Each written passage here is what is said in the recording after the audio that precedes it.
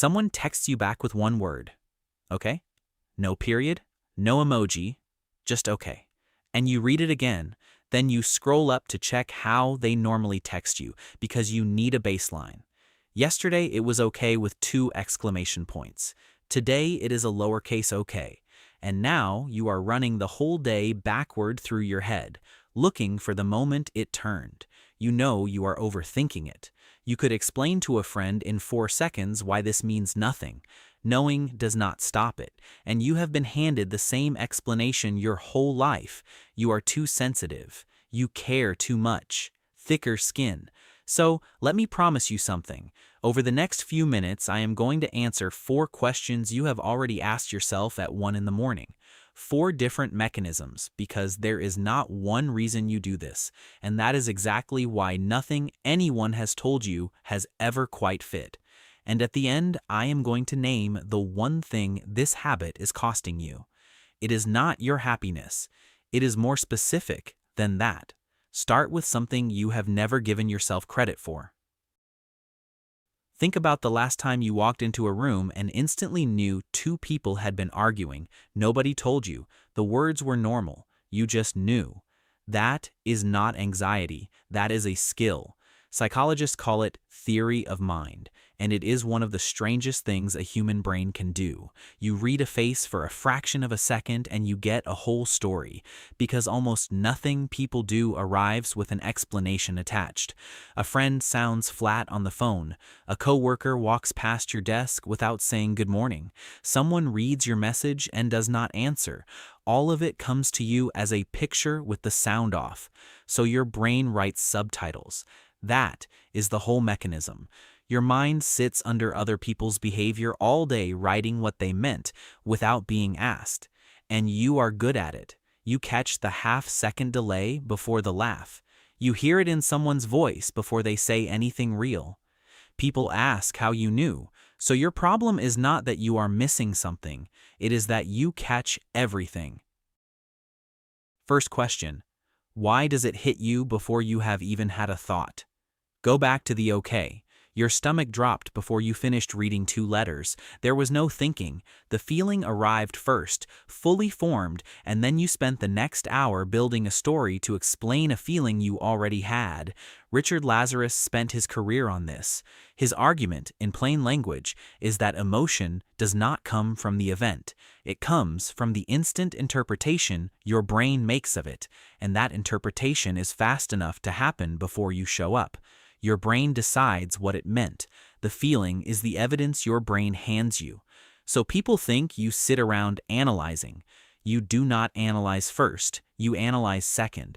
The overthinking is you trying to catch up to a conclusion your own mind reached without consulting you, which is why willpower has never worked here. You have been trying to argue with a decision that was made before you got to the table. That is one. Here is the second. And it is quieter. Second question, why does your brain assume it is about you? Try this. Think about the last time you were short with someone. Why were you short? You will say something like, I slept badly. Work was a lot. Now think about the last time someone was short with you. What was the reason? Be honest. The reason was you. Edward Jones and Richard Nisbett named that in the 70s. We explain our own behavior with the situation. We explain other people's behavior with the person. And when you are the one receiving it, the person is you. Here is the part that makes it worse.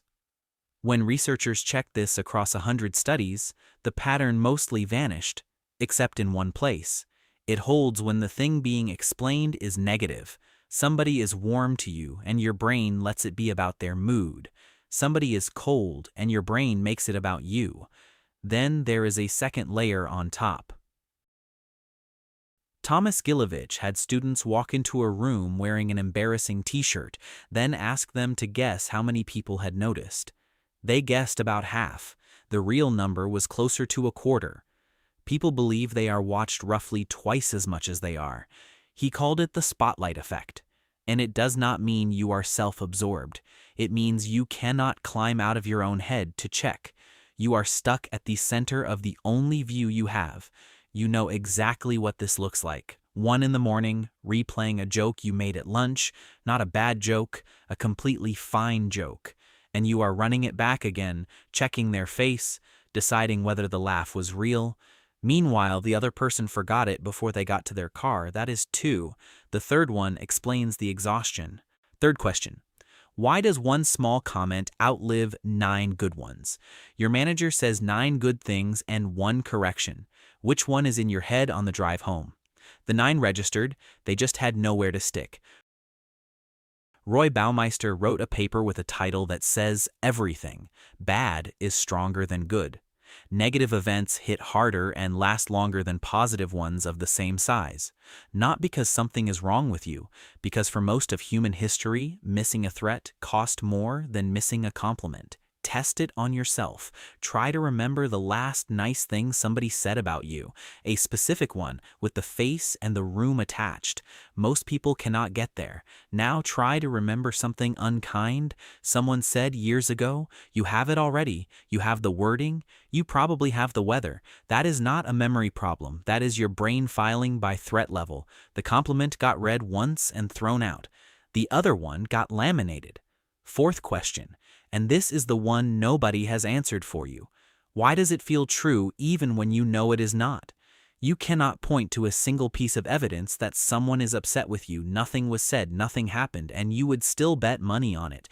Aaron Beck built a whole therapy around thoughts like that. His student David Burns gave this one the name that stuck. Emotional reasoning. It feels true, so it must be true.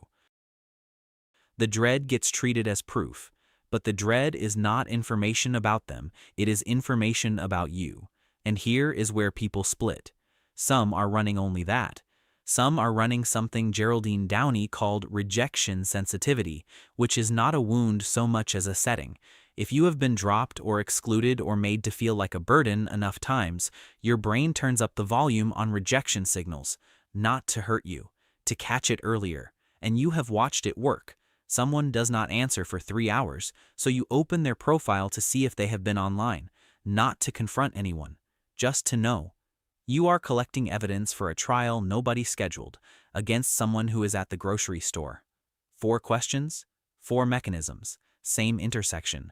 That is why nobody's explanation ever landed. They handed you one road and you already knew you were on more than one.